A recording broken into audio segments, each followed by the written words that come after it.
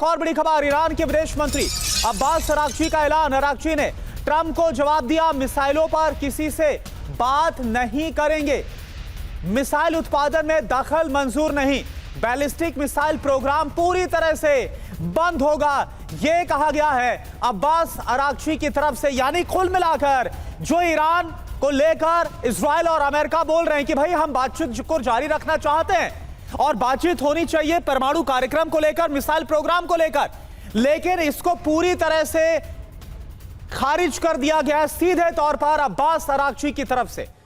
तो ईरान का ट्रंप को जवाब आ गया, मंजूर है हमें टकराव, यह बयान में साफ संकेत है। अमेरिका की शर्त क्या है पहले आप जानिए और ईरान का जवाब क्या है आपको बताएंगे। अमेरिका की शर्त यह है कि यूरेनियम संवर्धन तो रोकना होगा। ईरान का जवाब है कोई बात नहीं करेंगे हम इस मसले पर। अमेरिका बोल रहा है मिसाइल प्रोडक्शन पर लगाम लगानी होगी ईरान को, तो ईरान बोल रहा है कि अपनी रक्षा के लिए यह बहुत जरूरी है और हम ऐसा भी नहीं करने वाले। अमेरिका फिर यह शर्त लगा रहा है कि संवर्धित यूरेनियम दूसरे देश को आप ट्रांसफर ही कर दें, तो ईरान यह जवाब दे रहा है कि हमारी ऊर्जा जरूरत के लिए बहुत ज्यादा जरूरी, यानी इस पर भी हम कोई बात नहीं करने वाले। अमेरिका शर्त यह लगा रहा है कि जो ईरान के प्रॉक्सी हैं उनको समर्थन करना बंद करे, तो विद्रोही गुटों पर हम कोई चर्चा नहीं करेंगे। अब्बास अरागची की तरफ से यह, अब इसके मायने आप समझिए, अमेरिका की शर्तें मानने को तैयार नहीं है ईरान, यह सबसे बड़ी बात निकल कर आ रही है। अमेरिका से हमला हुआ तो जवाबी हमले के लिए तैयार है, यह भी अब्बास अरागची ने क्लियर कर दिया है। राजीव सरदाना सर, यानी कुल मिलाकर क्या अब ऐसा लग रहा है कि ईरान को अपनी ताकत पर पूरा भरोसा है, यानी कि इस बार वो वैसी चोट नहीं खाएगा जैसे पहले उसने खाई है और इस बार पूरा डट कर सामना करेगा। क्या इतना ताकतवर ईरान हो गया है? ऐसे बयान क्यों, ऐसा ऐलान क्यों है अब्बास अरागची की तरफ से? देखिए, यदि अमेरिका ने ईरान पे अटैक करना होगा जैसे मिडनाइट हैमर के समय किया था तो वो फिर भी करेगा, लेकिन इस बार जो ईरान की जो पॉलिसी है उन्होंने एक चीज बिल्कुल स्पष्ट कर दी है कि एक जो रेड लाइन है, रेड लाइन उनकी यह है कि आप हमारे मिसाइल प्रोग्राम की तरफ नहीं देखेंगे, ना ही हम उसे रोकेंगे, ना ही उस पर कोई बातचीत करेंगे।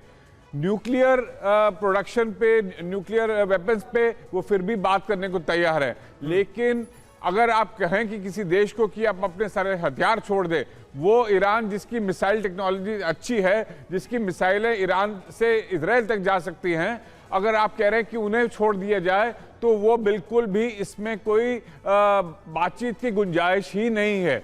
आप कह रहे हैं बिल्कुल ही निहत्थे हो जाइए, हथियार डाल दीजिए और हमारी कॉलोनी बन जाइए, ये ऐसा नहीं होने वाला है।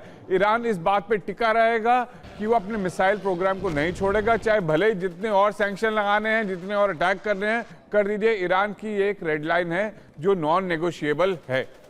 बिल्कुल सही बात है, और ईरान का ये रुख बिल्कुल टस से मस होने के लिए ईरान इस रुख से तैयार नहीं है, ईरान के रुख से। लेकिन डोनाल्ड ट्रंप बहुत नाराज है। समंदर में ईरान की नए सिरे से घेराबंदी की जा रही है, एक और युद्धपोत मध्य पूर्व भेजने की तैयारी है। USS George H.W. बुश भेज सकता है अमेरिका। WSJ की रिपोर्ट में यह बहुत बड़ा दावा सामने आया है।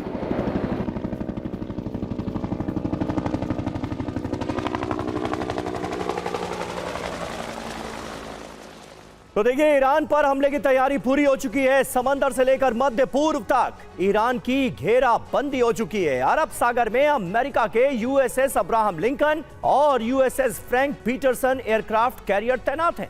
फारस की खाड़ी में USS कैनबरा एक्शन में, होर्मुज स्ट्रेट में USS मैकफॉल बिल्कुल रेडी मोड में है।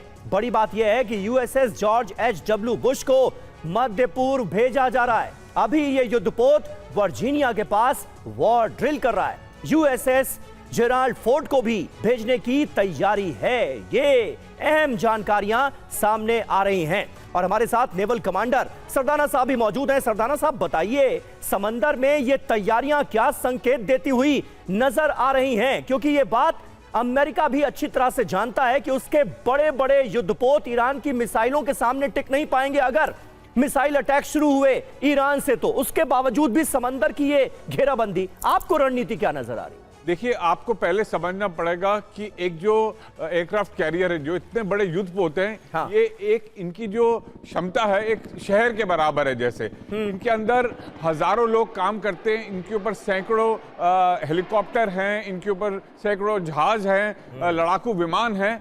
तो इनका जो एरिया डोमिनेंस है बहुत ही ज़्यादा है, और कोई भी जो एयरक्राफ्ट कैरियर चलता है उसके आसपास भी एक प्रोटेक्टिव रिंग ऑफ शिप्स चलती हैं साथ में। तो इनके अगर आप कहें कि ईरान की मिसाइलें चाहे वो बराज में फेंके, चाहे 100 या 1000 एक साथ भेज दें, तो इनको कुछ नुकसान पहुंचा पाएंगे, तो ये बहुत ही मुश्किल है। बहुत ही इनका अपना एयर डिफेंस भी काम करता है। इनका एयर डिफेंस से पहले ही बहुत चीजें हैं कि एक इतने जो उनका राजा एक हाथी है, जैसे वो लड़ रहा है, उसके पास आसपास सेना है, तो ये युद्धपोत बहुत ही सोफिस्टिकेटेड और सुरक्षित होते हैं और आक्रमण भी अच्छे तरीके से कर सकते हैं।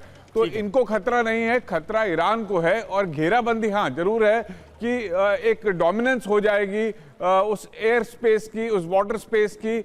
लैंड में आप जब तक बूट्स ऑन ग्राउंड नहीं लेके आते तो आप किसी की जमीन नहीं कब्जा कर सकते। लेकिन बिल्कुल। और राजीव सदाना सर, इस तैनाती का मतलब, क्योंकि एक और युद्धपोत जो भेजा जा रहा है, इसका मतलब ये तो कहा जा सकता है कि हो सकता है अमेरिका ने ये तय कर रखा है कि हमला तो होकर रहेगा ईरान पर, अब बस देखना होगा वो कब करेगा।